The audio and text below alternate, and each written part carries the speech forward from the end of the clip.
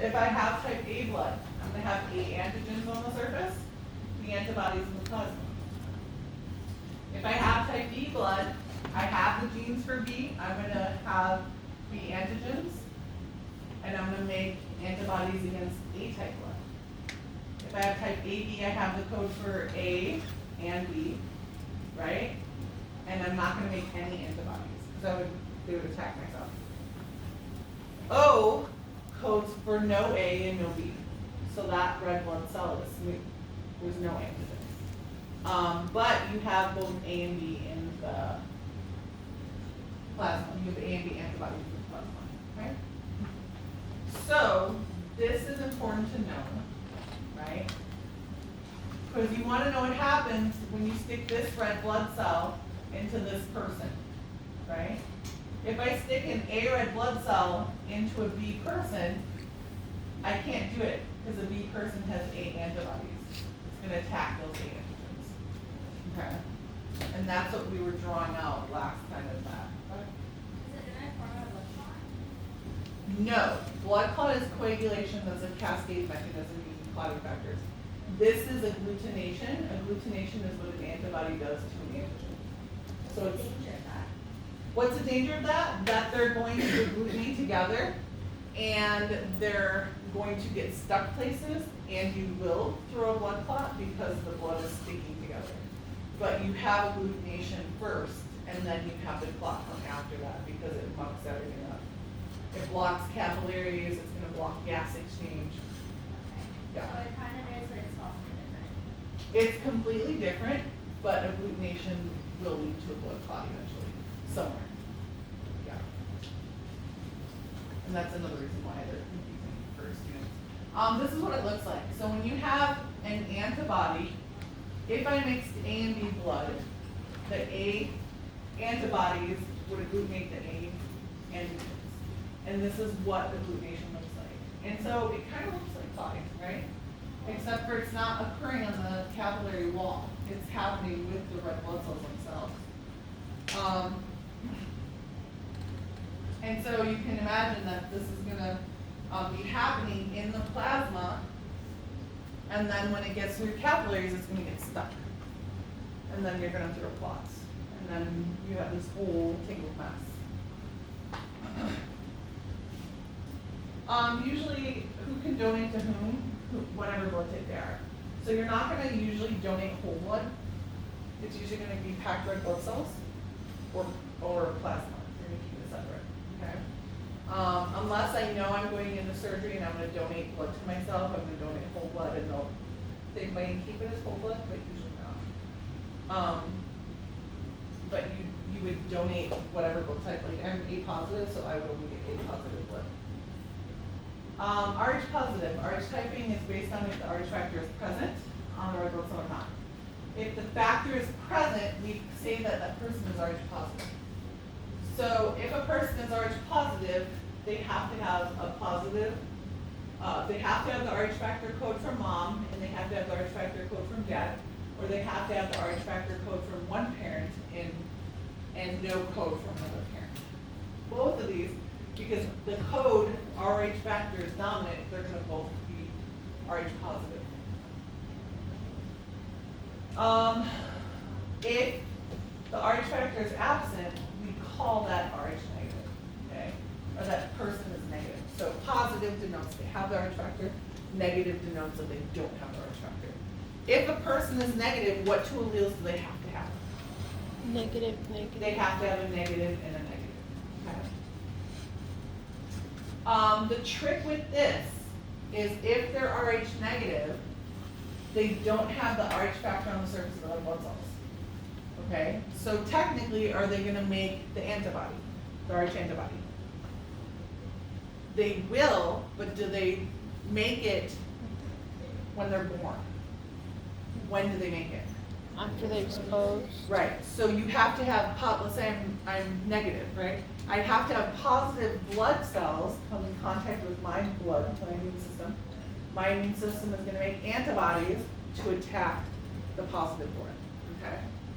Takes a little bit of time. Okay, erythroblastosis, Vitalis, is when Mom is negative and baby is positive, okay? Usually a mixing of mom and fetal blood at birth. When that happens, the positive red blood cells of the baby come into mom's body. Mom makes Rh antibodies against the fetal blood.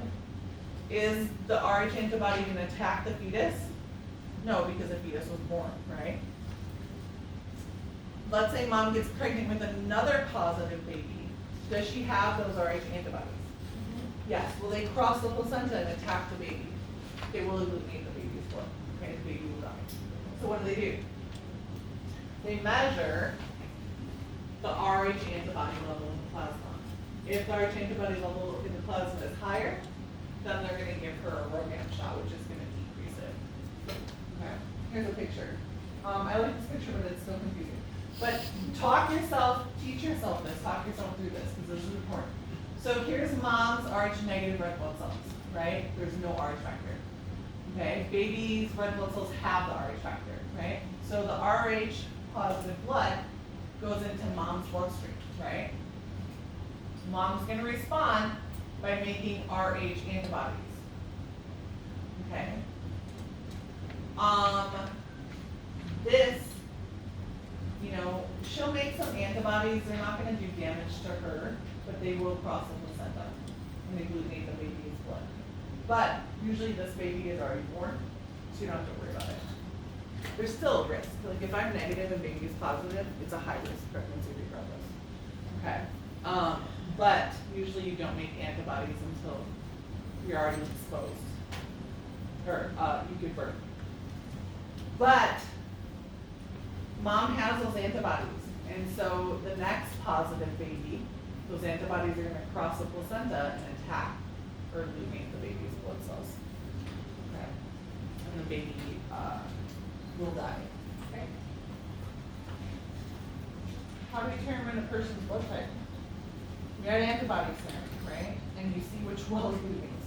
So if I don't know what antigens are on the surface of the red blood cells, I could look at the red blood cells under microscope. Not that would be like a scanning electron micrograph or something. But the easiest way to do is just add A antibody serum to one well, antibody B serum to another well, and antibody Rh serum to another well, and see what it illuminates. Whatever well it illuminates, you have those antigens present. And so we say that we have that blood type. Okay. And so that's what you guys did in lab on Monday. So take a look. Here's antibody B serum. Here's antibody A serum with red blood cells. So do you see B agglutinating the red blood cells in this well? No. No. Do you see agglutination in this well? Yes. Yes, because they're all stuck together. So does this have B antigens? No. No. Does this have A antigens?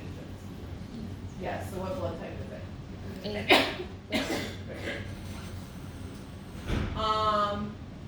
B antibody serum, is that agglutination?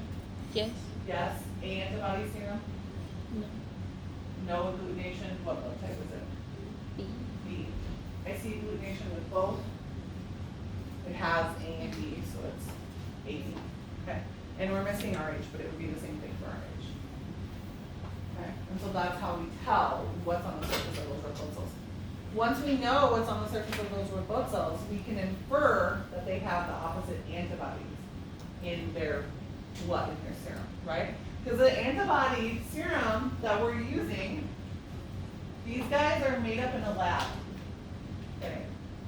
You'll cover how you make them in microbiology. But they're antibody serum. And so the antibody A serum has A antibodies. The B antibody serum has B antibodies. The Rh antibody serum has Rh antibodies. Okay? Okay. Any questions? I had some questions earlier. I know we kind of covered it now, but about the donating blood types. Yes. So you're just gonna donate or receive the ones that you have? Yes, usually. But am I going to ask that on an exam? Probably not.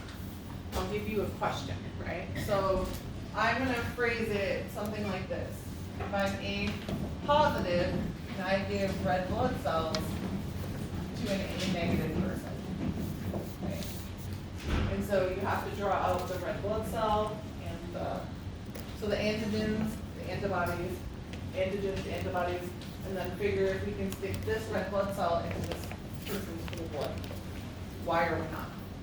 Well, can I answer? 'Cause Yeah, I think go ahead. that it wouldn't, even though it's both A, but because one has the RH factor present and the other one doesn't, then that would agglutinate. Yeah, eventually. The first time, no, The first they're time, not no. making our Right. antibodies. So only once there's an exception because Yeah. you're not exposed. Mhm. But the second time, then you couldn't.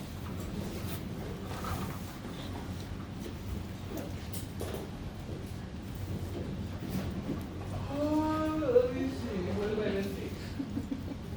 E, B antibodies. and do we have RH? I like to put it dotted so that I know that it's a possibility, but the first time we don't make it.